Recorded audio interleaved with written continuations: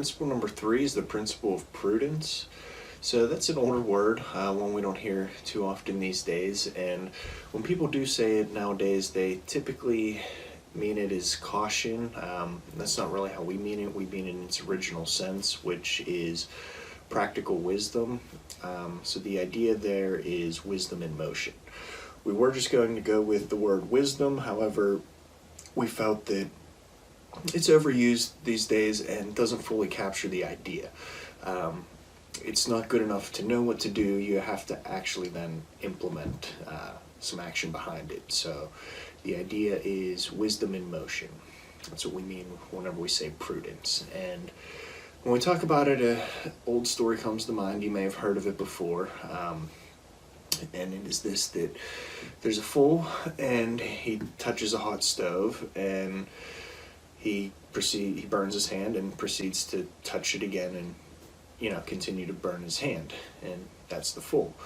Then you have the intelligent person who comes along, touches the hot stove once, burns their hand, and learns from it not to touch hot stoves anymore.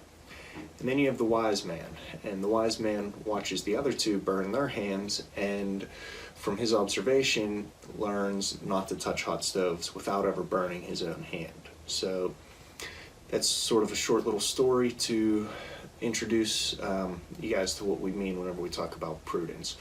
The idea is to always be looking for ways to learn both from ourselves and our own past experiences as well as from others. We don't have to limit it only to our own experience. There's plenty we can learn from others, we just have to be willing and open to those opportunities. So when we go through these principles, if truth is our destination, that's our main principle, and justice is, the system that facilitates our movement towards that goal, that would be considered the vehicle, then we can think of prudence as the driver of the vehicle. It's sort of the mind behind everything. It guides us through that process. So again, justice is the roadmap for us maybe. Prudence is what's putting that vehicle in motion and getting us there. So it requires us to be adaptable and make decisions both in the moment as well as plan ahead and look at the overall picture.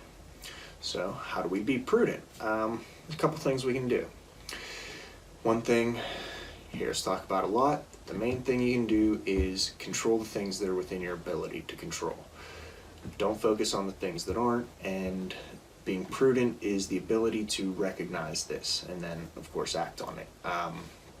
So it's really important to focus on recognizing these things first.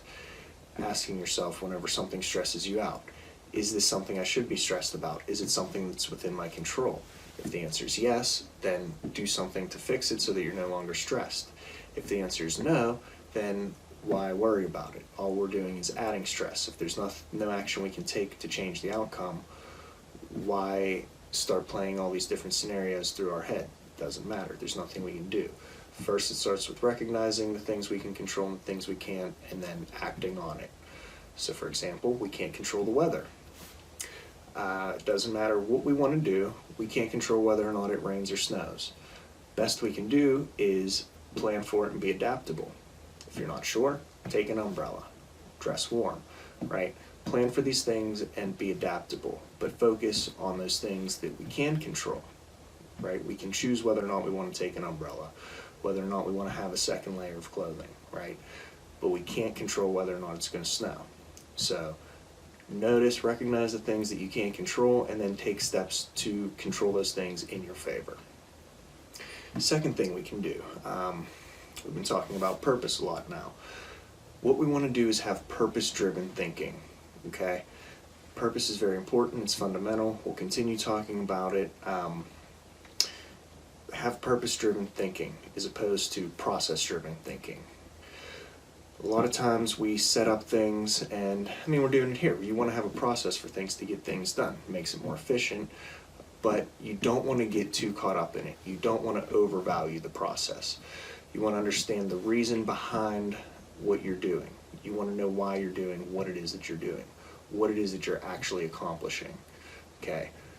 purpose over process. We want to have purpose-driven thinking, not process-driven thinking. And you want to remember that the process, no matter how fundamental it is and no matter how well it's working, is never going to be as important as what it is it's trying to accomplish.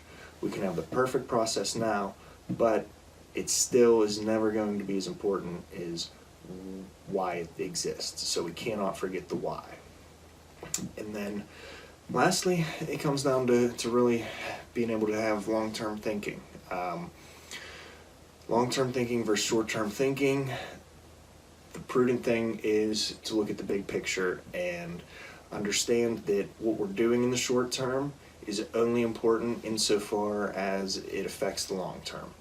So, and really that comes only from having long-term thinking and being purpose-driven and having your goals in focus. Story, for an example of some long-term thinking versus short-term thinking, and also process versus purpose. It sort of overlaps both. Whenever Jeff Bezos had first started Amazon, a small company still selling books, and they were working out of his garage, maybe had 3 employees at the time, and they were all packaging boxes of books on their hands and knees in his garage to ship them out. One day, he got tired of it, his knees were sore, hands and knees all day, and he said, guys, this is ridiculous. Tomorrow I'm going to the store and I'm buying us knee pads. One of his 2 employees looked at him at the time and said, Jeff, that's great. Why don't you just get us a table? Okay, and he was right. It made perfect sense, and that's what he ended up doing.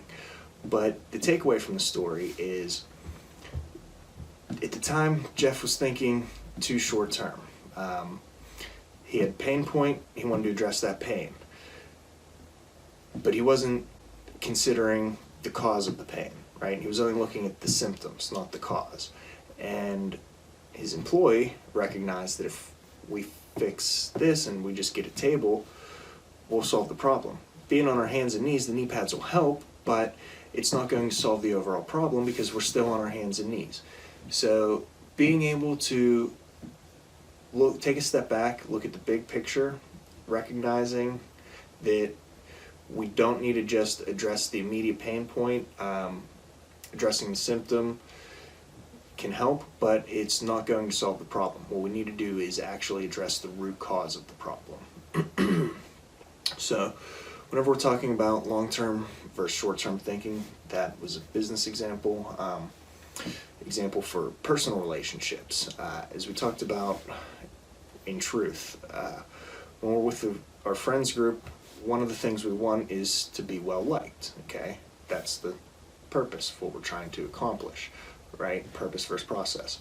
So if we want to be well liked, what should we do? Well, as we talked about in truth, one of the temptations is to lie or tell people what they want to hear. Okay, but as we also discovered, that doesn't accomplish what we want it to. We don't respect people who aren't honest with us, so why would we be dishonest with other people? Well, the prudent thing to do is to actually be honest with them. Sometimes that means telling people what they may not want to hear. However, that is what is respected by people, and that's what they ultimately do want, and what will get you well liked. So that's what will help you accomplish that goal. If also another example from personal relationships could be dating. Okay, so a lot of times we see people who get into relationships, and maybe we've done it ourselves, get into relationships, and the real underlying reason we're in the relationship is to avoid loneliness, right? We don't want to be lonely, so we get into a relationship, and then once we've solved the loneliness problem, right, symptoms gone, now we realize we're not right for each other, and then you cycle through. Okay, and this process keeps repeating until you identify what it is that's causing the cycle, which is the loneliness, and what it is you're actually looking for. So again, the prudent thing to do is get into relationships based on common values, not trying to avoid something. So again, we want to look not at the symptom, that's a good identifier, but what it's doing is identifying us to the root cause. So main goal, identify the root cause, address that. So sort of as a wrap up, to be prudent, 3 things you can do. Focus on recognizing and then controlling the things that are within our control, okay? Number 2, purpose-driven thinking, purpose over process. Number 3, long-term thinking. So these first 3 ideas, they're a little bit more fundamental, take a little bit longer to get into. Our next 7 are going to be a little bit more practical, so join us next time for principle number 4, the principle of humility.